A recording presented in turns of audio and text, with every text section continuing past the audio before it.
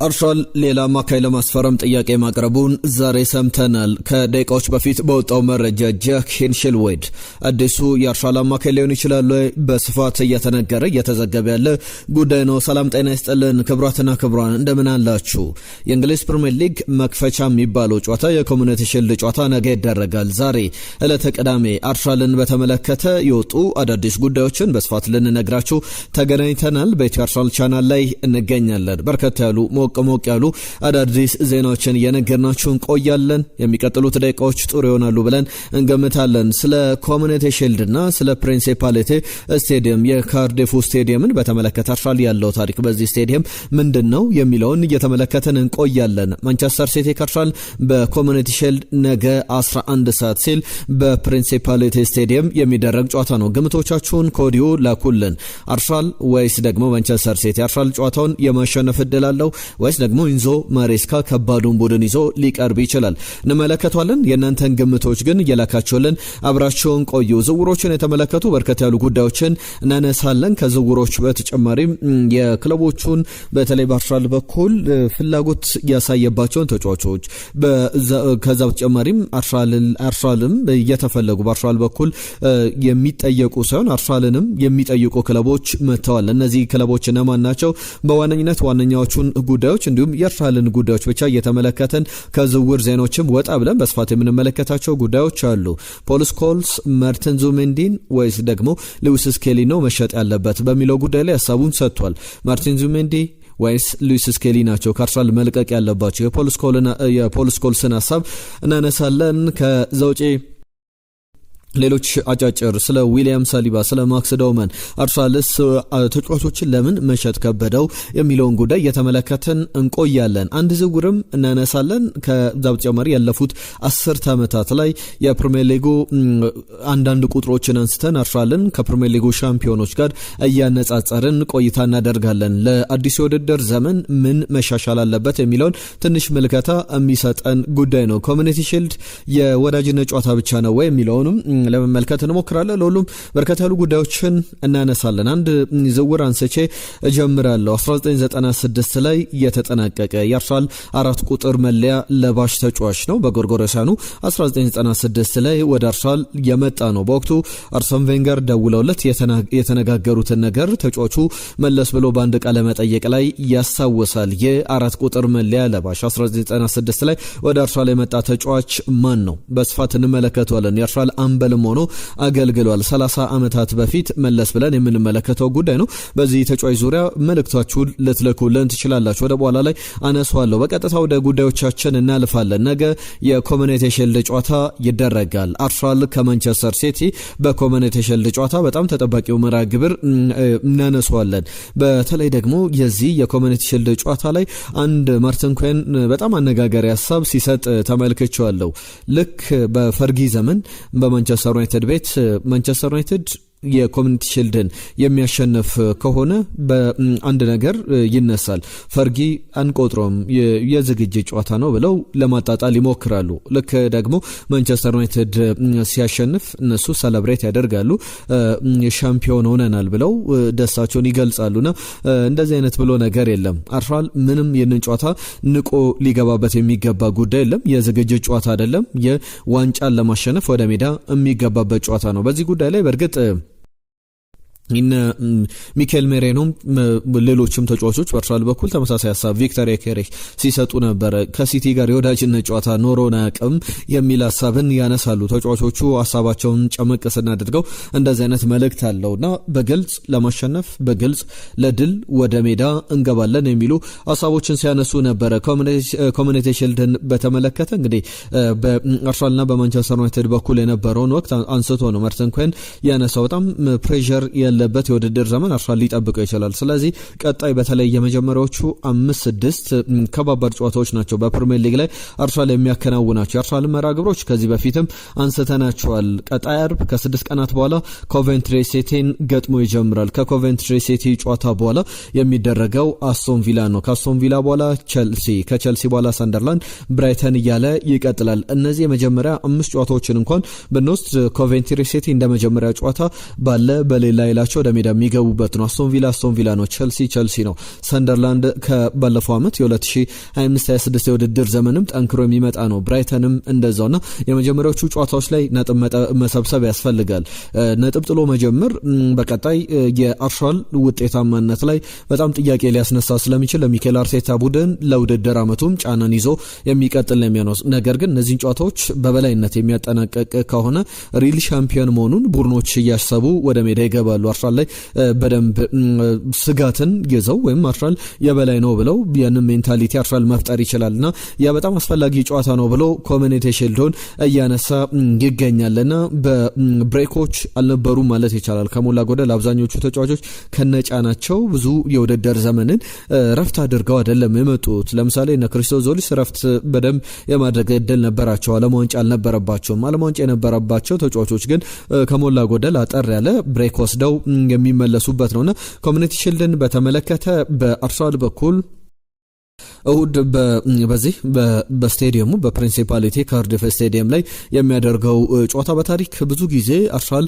ያሸነፈበት ስቴዲየም ነው። ከየትኛውም ቡድን በላይ ወደዚህ ስቴዲየም ሄዶ ብዙ ጨዋታዎችን ያሸነፈ ቡድን ነው። ፕሪንሲፓሊቲ ስቴዲየም ለአርሰናል ይቀሏል። ዌምብሌ ላይ ዘንድሮ አይደረግምና ሰሜን ለንደን ላይ የነበረው የአርሰናል ብልጫ አሁን በፕሪንሲፓሊቲ ስቴዲየም ይቀጥላል። ከለንደን ወደ ካርዲፍ አምርቶ አርሰናል የሚያደርገው ጨዋታ ነው። ለምሳሌ ዌምብሌ ስቴዲየም ዳግም በሚሰራበት ወቅት ላይ ከ2001 እስከ 2007 በጎርጎሮሳውያኑ አቆጣጠር አርሰናል 10 ጨዋታዎችን አድርጎ ነበር። ከነዚህ መካከል 4 የኮሚኒቲ ሺልድ ጨዋታዎችን በፕሪንሲፓሊቲ ስቴዲየም አሸንፎ ነበር።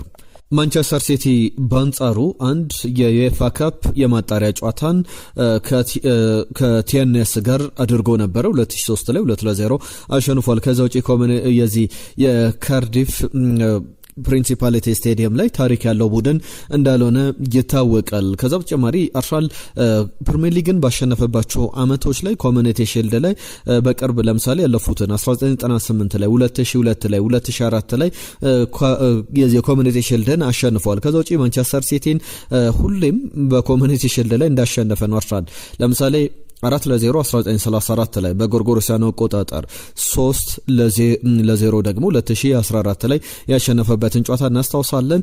4-1 በሆነ ውጤት በመለያ ምት የተጠናቀቀ የቅርቡን ሊያንድሮ ትሮሳርድ ተቀይሮ ገብቶ በመጨረሻ ሲቲ 1-0 እየመራ አርሰናልን አቻ አድርጎ 2023 ላይ በመለያ ምት 4-1 አርሰናል ያሸነፈበትንም ጨዋታ እናስታውሳለንና የጨዋታ የበለጠ ትኩረት የሚሰጥ ነው። ለሁሉም ግምታችሁን ላኩልን። በዚህ ጨዋታ ዙሪያ የምትጽፉልንን መልእክቶች እንቀበላለን። የአርሰናልን ሌሎች ጉዳዮች እናነሳለን። ወደ ዝውውር ሀሳቦች ደግሞ እንለፍ። ጃክ ሂንሽልውድ የብራይተን በጣም የሚገርም አይነት ተጫዋች ነው። ገና 21 ዓመቱ ላይ ይገኛል። ብዙ ክለቦች ሲፈልጉት የነበረ በመሃል ደግሞ ስሙ ከዝውውር ገበያው ላይ ጠፋ ያለ ተጫዋች እንደነበረ እናስታውሳለን። የተሳካ ጊዜን አሳልፏል። በተጠናቀቀው የውድድር ዘመን የመጀመሪያ እንደ አካዳሚ ተጫዋችነት ከአካዳሚ ግራጁዌት ሲያደርግ ከአካዳሚ ሲመረቅ ዲፌንሲቭ ሚድፊልደር የተከላካይ አማካይ ነበረ።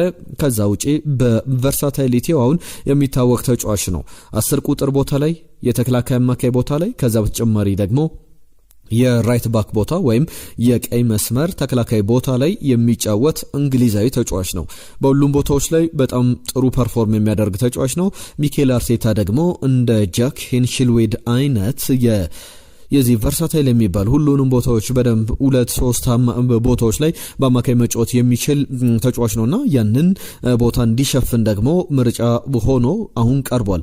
የጀረል ኳንሳ እንዲሁም ደግሞ የኤልሪ ኮንሳ ዝውውሮች ሲነሱ ነበረ። ጁሊያስ ኮንዴም በአርሰናል በኩል ስሙ ሲጠቀስ የነበረ ዝውውር እንደነበረ እናስታውሳለን። እንዳጠቃላይ በአርሰናል ቤት ያሉ ዝውውሮችን ለምሳሌ አርሰናል በቀጥታ ከኳንሳ ጋር የሌቨርኩሰኑ ተጫዋች ጋር ንግግር አድርጓል። ሌቨርኩሰን ግን 2025 ላይ ያስፈረመው አሁን ጥሩ አቅም ላይ ያለ ተጫዋች በደንብ ሊሸጥ ቢባል ጥሩ ሊያወጣ የሚችል ተጫዋች ነውና 1 ዓመት 2 ዓመት ማቆየት ይፈልጋሉ። ከዛ በተጨማሪም ተጫዋቹ መልቀቅ አይፈልጉም።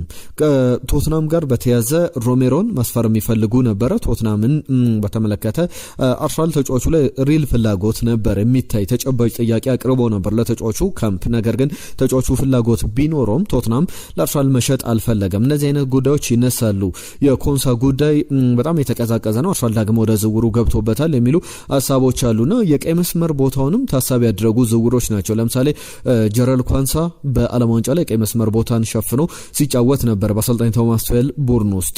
ለኤዝሪ ኮንሳም ተመሳሳይ ሚና ነበረው በእንግሊዝ ብሔራዊ ቡድን በአስቶን ቪላም ያንን ቦታ መወጣት ይችላል።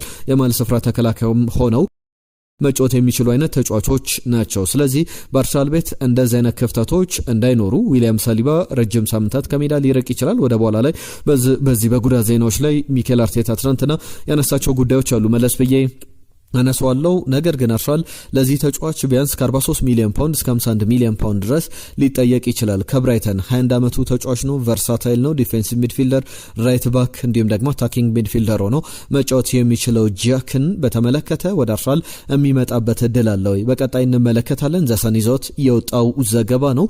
የጋብሪኤል ማርቲኔሊ ጉዳይ ባለፉት ቀናት ላይ ሲነሱ የነበሩ ጉዳዮች አሉ። ትናንትና በእርግጥ በእናንተ በኩል የመጡልን መልእክቶች መካከል አንዱን ላንሳ። በተለይ ደግሞ ተደጋጋሚ ዜናዎች እየቀረቡ ነው ይላል ቢኒያም ካሳ በአንደኝነት ደረጃ በሚባል ታማኝ የአርሰናል መረጃ ምንጭ አቅራቢ ናችሁ ብዬ እከታተላችኋለሁ፣ በርቱ። ነገር ግን አስተያየቴ ተመሳሳይ መረጃዎች እየተደጋገሙ ነው ብሏል። ነገር ግን ቢኒያም ካሳ ይህንን ሀሳብ እያንሳ እንጂ ተመሳሳይ መረጃዎች እያነሳን አይደለም። አንደኛ አፕግሬድ ያላቸው አዳዲስ ዜናዎች በሚወጡበት ጊዜ የግድ የአርሰናል ቻናል ነው መሸፈን አለብን።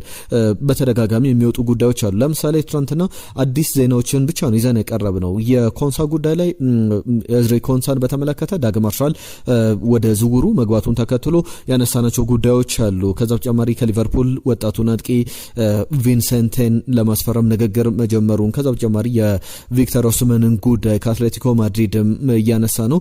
የማርክ ፑብሊን ጉዳይ አንስተናል። ዙቢሜንዲንም የተመለከተ ጉዳይ አንስተናል። እነዚህ አዳዲስ ጉዳዮች ናቸው። ከትናንትና በስቲያ ለምሳሌ በምሳሌነት ያነሳነውን ጉዳይ እንመልከት። ዝውውሮች ላይ ጋብሪኤል ማርቲኔሊ የኡሊያን አልቫሬዝን ጉዳይ ብራድሊ ባርኮላን ጉዳይ ነበር ያነሳ ነውና አዳዲስ መረጃዎችን ለማቅረብ እንሞክራለንና ያንን በተመለከተ ሁሌም የተሻሻሉ አዳዲስ የወጡ መረጃዎችን እያነሳ እንገኛለን። ከጋብሪኤል ማርቲኔሊ ጋር ለምሳሌ ትናንትና በጣሊያን ብዙሃን መገናኛዎች እንዲሁም ደግሞ እንግሊዝ እነዘሰንም ጭምር ይዞት ወጡት ዘገባ ሮማ ፍላጎት አለው ሲባል ነበር። ዛሬ ደግሞ ጃሉጂ ሎንጋሪያ የተባለ የስፖርት ኢጣሊያ የጋዜጠኛ ነው፣ የስፖርት ኢጣሊያ ጋዜጠኛ ነው ይዞት የወጣው ዘገባ ጋብሪኤል ማርቲኔሊን በተመለከተ ናፖሊም ገበያው ላይ ተጫራች ሆኖ ብቅ ብሏል። ስለዚህ ይህንን መረጃውን ልንተው አንችልም። በብራዚላዊው ኢንተርናሽናል በኩል ወደ ጋላታሳራይ መሄድ አልፈልግም ብሎ ለአርሰናል በይፋ አስቀምጧል። ጋላታሳራይ 38.4 ሚሊዮን ፓውንድ ወይም 45 ሚሊዮን ዩሮ አቅርቦ ነበር። ነገር ግን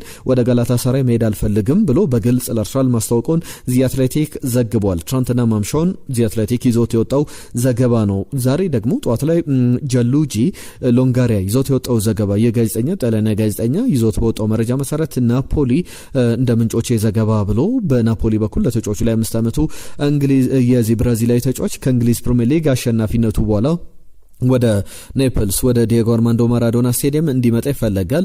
በእርግጥ በናፖሊ በኩል አሁንም ተጫዋቾችን መሸጥ አለበት። ኖላንግ እንዲሁም ደግሞ ሎሬንዞ ሉካን አይነት ተጫዋቾች መሸጥ ይፈልጋል ከሮሜሎ ሉካኩ በኋላ። እነዚህ ተጫዋቾች ከተሸጡ በኋላ በገበያው ላይ ከአርሰናል ሁለቱም ተጫዋቾች ለማስፈረም ፍላጎት እንዳለው ይጠቀስ ነበረ። በተለይ ጋብሪኤል ማርቲኔሊና ጋብሪኤል ጀሱስን በተመለከተ ሁለቱም ብዙ የአርሰናል ደጋፊዎች የምትስማሙበት ይመስላል መልቀቅ እንዳለባቸው። ነገር ግን በጋብሪኤል ማርቲኔሊ ቦታ የሱን ተተኪ አርሰናል ቀድሞ ማግኘት አለበትም የሚሉ ሀሳቦችን ስንሰማ ነበርና ጋብሪኤል ማርቲኔሊ ለምን በዚህን ያክል ደረጃ ለምሳሌ አርሰናል ከ51 ሚሊዮን ፓውንድ በታች መቀበል የለበትም እስከ 60 ሚሊዮን ፓውንድ ለተጫዋቹ መጠየቅ አለበት የሚሉ ዘገባዎችን ስንመለከት ነበረ። አርሰናል ለምንድን ነው ተጫዋቾችን መሸጥ የከበደው የሚለው ሌላኛው በጣም ሊያነጋግር የሚገባ ጉዳይ ነው። በገበያው ላይ ለምሳሌ ትናንትና በዚህ ጉዳይ ላይ ሀሳባችሁ ልካችሁልናል። አንዳንዶቹን ሀሳቦች ወደ በኋላ ላይ አነሳለሁ። እንዴት በዚህ ዘመን አንድ ተጫዋች ፕሪሚየር ሊግ ላይ ተጫወተ የፕሪሚየር ሊግ ፕሩቭን ታለንት የሆነ ተጫዋች በ3 ሚሊዮን ፓውንድ ይሸጣል የሚል ሀሳቡን ሲያነሳልን ነበር። አንድ አድማጫችን ወደ በኋላ ላይ በዝርዝር እመለስበታለሁ። የሬስ ኔልሰንን ጉዳይ በተመለከተ ነው። ነገር ግን አሁን ጋብሪኤል ማርቲኔሊን በተመለከተ ከአምስቱ ትልልቅ ሊጎች ላይ ለጋብሪኤል ማርቲኔሊ ለምሳሌ ትልቅ ገንዘብ ሊያቀርብ የሚችል ክለብ ከቱርክ ክለቦች ወይም ከሳውዲ ክለቦች ውጪ ይኖራል ብለን አንጠብቅም። ምክንያቱም ደግሞ የሚቀመጡ ነገሮች አሉ። አንደኛ የተጫዋቹ ዋጋ በጣም ትልቅ የሚባል ላይሆን ይችላል ካለው የልምድ አንጻር የቻምፒየንስ ሊግ ልምድ አለው፣ የፕሪሚየር ሊግ ልምድ አለው፣ የአውሮፓ ሊጎችን በደንብ የሚያውቅ በደንብ ያሰለጠነ ገና 5 ዓመቱ ላይ የሚገኝ ነው። እድሜውም ማተር ያደርጋልና ትልቁ ችግር ግን 180,000 ፓውንድ ሳምንታዊ ደሞዝ ነው። ይህ የሱፐርስታሮችን የቀረበ ደሞዝ ይከፈለዋል። በአርሰናል ቤት እስከ 2028 ድረስ የሚያቆይ ውል አለው፣ ወይም አርሰናል እስከ 2027 ውል አለው። እስከ 2028 ድረስ የተጫዋቹን ውል ማቆየት ይችላል። ለምሳሌ በቸልሲ ማድዌኬ 40,000 ፓውንድ ነበር የሚከፈለው ከአርሰናል ቤትን ሲቀላቀል ግን ትልቅ ተከፋይ ሆናል። ከኤቨርስም ትልቅ ተከፋይ የሚባል ነው። ከ290,000 ፓውንድ በላይ ይከፈለዋል ተብሎ የሚነገርለት አይነት ተጫዋች ነውና በጣም ትልልቅ ተከፋዮች አሉ። እነዚህ ተጫዋቾች በአርሰናል ቤት ለመሸጥ በጣም ይከብዳል። ደሞዝ ትልቅ ችግር ነው። ለምሳሌ የማርከስ ራሽፈርድ ዝውውር ላይ ብዙ ክለቦች የማይሳተፉት የተጫዋቹ ደሞዝ በጣም ትልቅ መሆኑን ተከትሎ ነው። በአመት 17 ሚሊዮን ፓውንድ አካባቢ በማንቸስተር ዩናይትድ ያገኛልና ያን ደሞዝ ደግሞ ለየትኛውም ክለብ ብሎ ይተዋል ተብሎ አይጠበቅምና አርሰናል ለምንድን ነው ትልልቅ ተጫዋቾች መሸጥ እየከበደው? ለምሳሌ ጋብሪኤል ማርሴሊን ዋጋ አንስተናል። ሌሎችንም ተጨማሪ ጉዳዮችን ማንሳት እንችላለንና የአርሰናል ትልቁ ሽያጭ ከዚህ በፊትም አንስተናል። ኦክስላዴ-ቻምበርሊን ነው። ኦክስላዴ-ቻምበርሊን በ35 ሚሊዮን ፓውንድ ሊቨርፑልን የተቀላቀለበት ወቅትን እናስታውሳለን። ከዛ ውጪ ግን አሁን በእርግጥ እንሽጥ ቢባል አርሰናል ሳሊባን፣ ጋብሪኤልን፣ ራይስን አይነት ሳካን አይነት ተጫዋቾችን ቢያንስ ከ100 ሚሊዮን ፓውንድ በላይ ሊሸጣቸው ይችላል። ነገር ግን ሌሎቹን ተጫዋቾች ፋቪዮ ቬራ ፈላጊ ክለብ ያጣ ይመስላል። ጋብሪኤል ጀሱስ ተመሳሳይ ሁኔታ ውስጥ ይገኛል። በአንድ ወቅት ታስታውሱ ከነበረ ወልቭስ ለሜትላንድ ኔልስ ያቀረበው ጥያቄ ነበር። ከዛ በኋላ ተጫዋቹን አርሰናል አልሸጥም ብሎ ከ3 ዓመታት በኋላ ተጫዋቹ በነጻ ዝውውር ነበር ያለቀቀውና በአርሰናል ቤት አንደኛው ችግር ተጫዋቾች አቋማቸው እንዲወርድ ይደረጋል።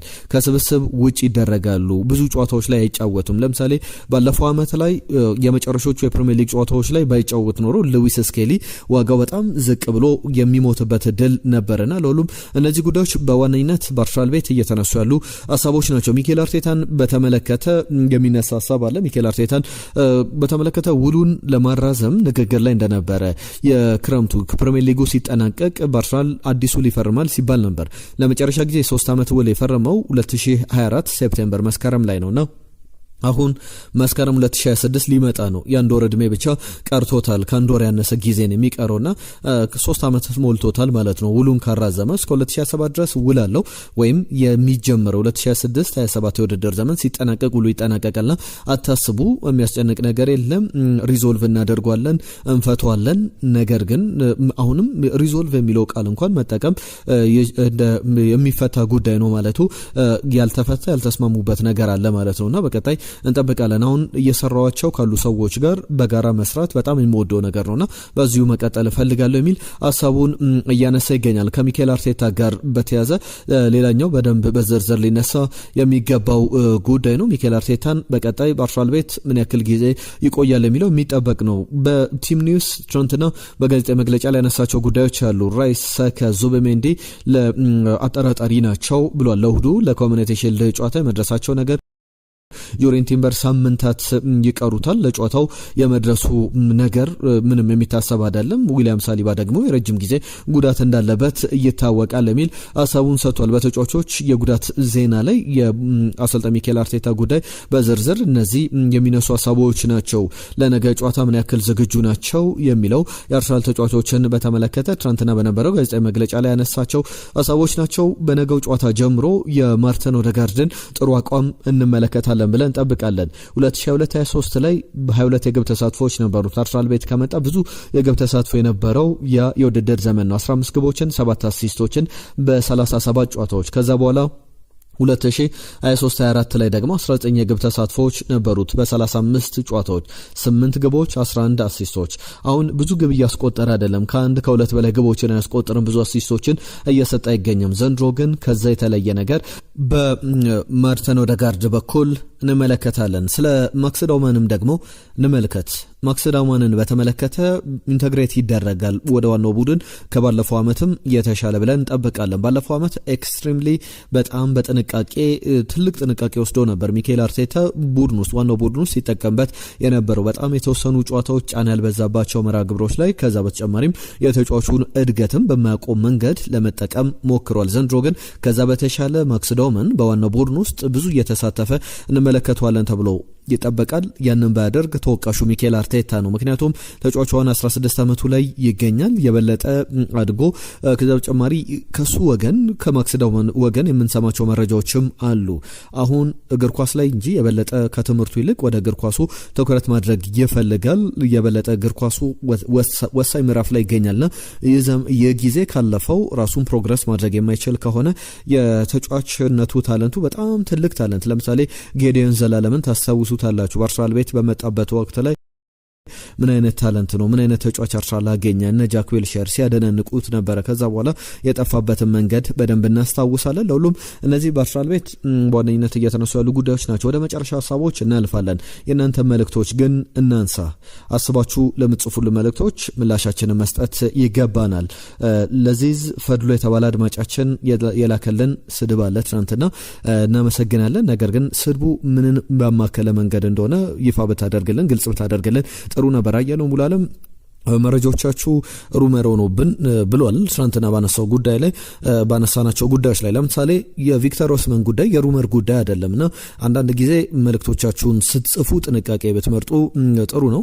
የቪክተር ኦስመን ጉዳይ እነዚህ ቴሌግራፍ፣ ቢቢሲ፣ ሳሚ ማክበል በጣም ታማኝ የሚባሉ አርሰናል ዘጋቢዎች የጻፉት ያስነበቡን ጉዳዮች ናቸው። በብዙሃን መገናኛዎችም የተዘገበ ጉዳይ ነውና ማርክ ፑብሊ ሪል ኢንተረስት አለው በአርሰናል በኩል ጆሴፍ ቪንሴንቴ ጆሴፍ ከሊቨርፑል አርሰናል ለማስፈረም የተስማማው አጥቂም በትናንትናው ዕለት ስናነሳው ሩመር ሆኖ አይደለምና በዛ ደረጃ ጥንቃቄ በታደርጉ ያሉ መረጃዎችን ለማቅረብ እየሞከርን ነውና ጥንቃቄ ያስፈልጋል። መልእክቶቻችሁን ስትጽፉ አርሰናል ዙቢሜንዲን ስኬሊን ከሸጠ በፍጥነት በተመጣጣኝ ዋጋ ወጣት አማካዮችን ወይም የፊት መስመር አጥቂዎችን የግራ መስመር የክንፍ ወይም የማል ተከላካይ ቀይ መስመር ተከላካይ ብዙ ቦታዎች ላይ ማሟላት ያለበት ተጫዋቾች አለ ብሎን አላየነው ሙሉዓለም። ከዛ በተጨማሪም የማዱዌኬ መቆየት አልተመቸኝም እሱም ቢሆን ተሽጦ ሌላ ፈጣን ጨራሽ የቀይ መስመር ተጫዋች አርሰናል ማስፈረም አለበት ብለዋል። ነገር ግን እስካሁን ማዱዌኬን በተመለከተ አንድም ፈላጊ ክለብ አላየንም። በተጫዋቹ በኩል ይቆያል የሚል ሀሳቡን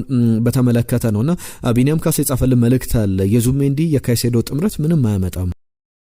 ዙቢሜንዲ አቋሙ ወርዷል። ከተሸጠ ግን ለማድሪድ ቢሸጥ ጥሩ ነው ብሎናል። ከዛ ውጪ ይመር ከአርሰናልን በተመለከተ ስኬሊ በፍጹም መሸጥ የለበትም። በሁለት ቦታዎች ላይ መጫወት የሚችል ተጫዋች ነው። ስለዚህ ብዙ ክሎት ያለውን ተጫዋች ሸጦ ሌላ ማምጣት አይጠበቅበትም ብሎናል። ሰላም ሰው የጻፈልን መልእክት አለ። ቪክተር ኦስመን ጋር በተያያዘ ወደ አርሰናል ከመጣ ያለ ጥርጥር የአርሰናልን የቆመ ኳስ ብቃት ኃይል ያጠናክራል። ሌሎች ሚናዎቹ እንዳሉ ሆኖ በተጨማሪም ሃላንድን ይፎካከራል ብዬ አስባለሁ። ምክንያቱም ምርጥ የመሃል ተጫዋች አቀባዮችም አሉት። ኦዴጋርድ፣ ጎመሬጅ፣ ራይስ አሉት ብሎናል። ከዛ በተጨማሪ እድሜ የበላው ኮንሳ በ60 ሚሊዮን ፓውንድ ከሚመጣ ከአትሌቲኮ ማድሪድ ማርክ ፑብሊን አርሰናል ቢያስፈርም ያተርፍበታል። መልሶም ልሽጠው ቢል ያዋጣዋል ብሎናል። አርሰናል ዙቢሜንዲን ከአርሰናል መልቀቅ የለበትም ካለው የጨዋታ መደራረብ አንጻር ለመጫወት ስለሚጠቅም ያለፈው ዓመት የነበረው ጉዳት መጠን በዚህ የሚቀጥል ከሆነ በእርግጠኝነት ስኳዱ ይሳሳል። ያጠቃሚ ተጫዋች ነው። ዙቢሜንዲ ካለው ብቃት አንጻር ከ6 ቁጥር በተጨማሪ 8 እና 10 ቁጥር ላይ መጫወት ይችላል ብሎናል። ኤርዲ አሳፋ የጻፈልን መልእክት ነው። አዶት ዝርዝር መረጃዎችን ልኮልናል። አንድሪያ ቤርታ ወደ አርሰናል ከመጡ በኋላ በክለቡ የተጫዋቾች ኮንትራት ከማደስ የተሻሻሉ ነገሮች ቢኖሩም ከኤላንድ አካዳሚ የወጡ ተጫዋቾች ከሌሎች ክለቦች የመጡትም ሲሸጡ ያለው ዋጋ አሁንም በጣም አነስ ብሎናል። ቅድም መግቢያ ላይም ሳነሳው ነበረ አዶትን ሀሳብ በተመለከተ ለምሳሌ የፕሪሚየር ሊግ ፕሩቨን ታለንት እንዴት ነው በ3 ሚሊዮን ፓውንድ የሚሸጠው ብሎናል። ትክክለኛ ሀሳብ ነው ያነሳው። ለምሳሌ በዌስትሃም ከሊጉ ወርዶ እንኳን ማቴዎስ ፈርናንዴዝን በ75 ሚሊዮን ፓውንድ በላይ ሸጦታል። ሬስ ኔልሰን ግን በዛ ዋጋ በጣም የማይታሰብ ነው። በእኔ ሀሳብ ሉዊስ ስኬሊ ዙቢሜንዲ ቢቆዩ እጅግ ይጠቅማሉ ብዬ አስባለሁ ብሎናል። ከዛ በተጨማሪ በሌላ በኩል ወርክ ፊታቸውም ደካማ የሆኑ ኖኒ ማዱዌኬና ቤን ዋይት ቢለቁና ሌሎች ተጫዋቾች እነ ጁሊየስ ኮንዴ የኩባ ሚንቲ አይነት ተጫዋቾች ቢመጡ የአርሰናል 25% ችግር ይፈታል ብዬ አስባለሁ ብሎናል።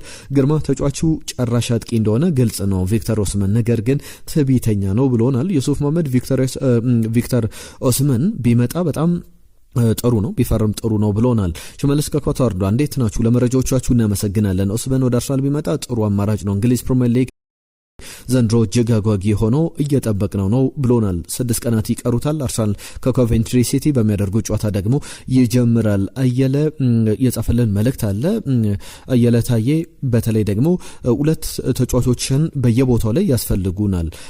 አርሰናል ደግሞ በተለይ ደግሞ ፑር ፐርፎርም በሚያደርጉ በጣም ደካማ ብቃት በሚያሳዩ ተጫዋቾች ላይ ደግሞ መሸጥ ይኖርበታል። ለምሳሌ ጄሱስ፣ ማርቴሊ እንደ ብርጭቆ ያሉ ደካማ ቶሎ የሚጎዱ አይነት ተጫዋቾች ናቸውና ለ4 ዋንጫዎችን እየተጫወተ አርሰናል ከዛ በተጨማሪ ኦገስትን ጁን ላይ እያንዳንዱ አመት ላይ ያሉ የረፍት ጊዜያት ሳይኖሩ ተጫዋቾቹ ምን ያክል ሊዳከሙ እንደሚችሉ ማሰብ ይቻላል ብሎናል። እየለተ ታዬ ከልብ እናመሰግናለሁ ሁላችሁንም ስለጻፋችሁልን መልእክት። ወደ መጨረሻዎቹ ጉዳዮቻችን አልፈናል። በመጨረሻ የምናነሳቸው ጉዳዮች ቢኖሩ በአርሰናል በኩል በተለይ በዋነኝነት የዙሜንዲ ጉዳይ እናንተ አድማጮች መልእክቶቻችሁን ስትልኩልን ነበረ። ፖል ስኮልስ ዙሜንዲ ወይስ ደግሞ ሉዊስ ስኬሊ ሊሸጡ በሚለው ጉዳይ ላይ ሀሳቡን ሲሰጥ ነበረ። ስትራግል ሲያደርግ ነበር ዙቢሜንዲ ይላል። እንደማስበው ከሆነ የመጨረሻው አመት ላይ በተለይ ባለፈው አመት የመጨረሻዎቹ ጨዋታዎች ላይና እሱ ቢሸጥ በጣም የተሻለ ተጫዋች ነው። ለምሳሌ የሉዊስ ስኬሊ ጉዳይ እኔ ዳኒ ዌልቤክን ያስታውሰኛል ይላል። ዳኒ ዌልቤክ ከማንቸስተር ዩናይትድ ሲለቅ አልወደድኩትም ነበር፣ መልቀቅ የለበትም ነበር፣ በጣም ተናድጄ ነበረ ይላል ፖል ስኮልስ። ነገር ግን ሉዊስ ስኬሊ በአርሰናል ቤት እንደ ዳኒ ዌልቤክ አይደለም። ዳኒ ዌልቤክ እድሜው ሄዷል አሁን ላይ ያለበት ወቅት። ነገር ግን በጣም የሚያበሳጭ ነበረ። ጄሚ ካራገርም በዚሁ ሀሳብ ላይ ይስማማል። ወጣት ተጫዋቾች በቡድን ውስጥ እንዲቆዩ መደረግ አለበት። በማንቸስተር ዩናይትድ በሉዊስ ስኬሊን እንዲገዛው ማቅረብ የተመለከትናቸው ዜናዎች እንደነበሩ እነዚህም ጄሚ ካራገርም ፖል ስኮልስም ያነሳሉና ሉዊስ ስኬሊ በአርሰናል ቆይቶ ማርቲን ዙሜንዲ ነው መሸጥ ያለበት የሚል ሀሳቡን ሲያካፍል ተመልክቻለሁ። ከአርሰናል ጋር በተያያዘ በቻምፒየንስ ሊግ ላይ ባለፈው ፋይናል ላይ ፓሪስ ሰን ጀርመን አርሰናል ያደረጉ ጨዋታ በእንግሊዝ 23 ሚሊዮን ሰዎች ተመልክተውታልና በእንግሊዝ ትልቅ ሪከርድ ሆኖ ተመዝግቧል። ከዚህ በፊት 2022 ላይ ሪያል ማድሪድ እና ሊቨርፑል ያደረጉ ጨዋታ ትልቁ ቁጥር ነበረ። ከዛ በተጨማሪ በአሜሪካ ዩኤስኤ ላይ ኤንቢሲ እንዲሁም ደግሞ ኤንቢሲ ስፖርት ላይ በነበረው የቴሌቪዥን ከቨሬጅ ላይ ማንቸስተር ሲቲ ከአርሰናል ያደረጉት ጨዋታ በአቨሬጅ 2.6 ሚሊዮን ተመልካቾች በቴሌቪዥን ስክሪኖች ተመልክተውታል። ይህም በሀገር አሜሪካ ብዙ የቴሌቪዥን ስርጭት እንዲያገኘው ወይም ብዙዎች የተመለከቱት የእንግሊዝ ፕሪሚየር ሊግ ጨዋታ ሆኗል። የመጨረሻው 5 ጨዋታ ከመቅረታቸው በፊት ማንቸስተር ሲቲ እና አርሰናል ያደረጉት ጨዋታ ነበረ። ሲቲ 2-1 ያሸነፈበት ጨዋታ ግን ያክል ትኩረት ተሰጥቶት እንደነበረ የሚያሳዩ ዘገባዎችን ተመልክተናል። ከአርሰናል ጋር በተያያዘ የመጨረሻ ጉዳይ ላድርገው። ከአርሰናል በኩል ከ30 ዓመታት በፊት የተጠናቀቀ አንድ ዝውውር አለ። ስሙን አንሱልኝ ስላችሁ ነበር። 1996 ላይ የ20 ዓመት ወጣት ሆኖ ከካን የመጣ ተጫዋች ነው በ3.5 ሚሊዮን ፓውንድ። በወቅቱ አርሰን ቬንገር ደወሉልኝ ይላል የተጫዋች። አርሰን ቬንገር ደወሉልኝና ወደ አርሰናል ልሄድ ነው፣ አርሰናልን ላሰለጠን ነው፣ አብራኝ ትመጣለህ ወይ ትከተለኛለህ ወይ ይሉታል። ወዴት እንደሚሄድ አላቅም፣ ነገር ግን ወዴትም ብትሄድ እከተልሃለሁ ይላል። የተጫዋች ቪዬራ ነው፣ ፓትሪክ ቪዬራ።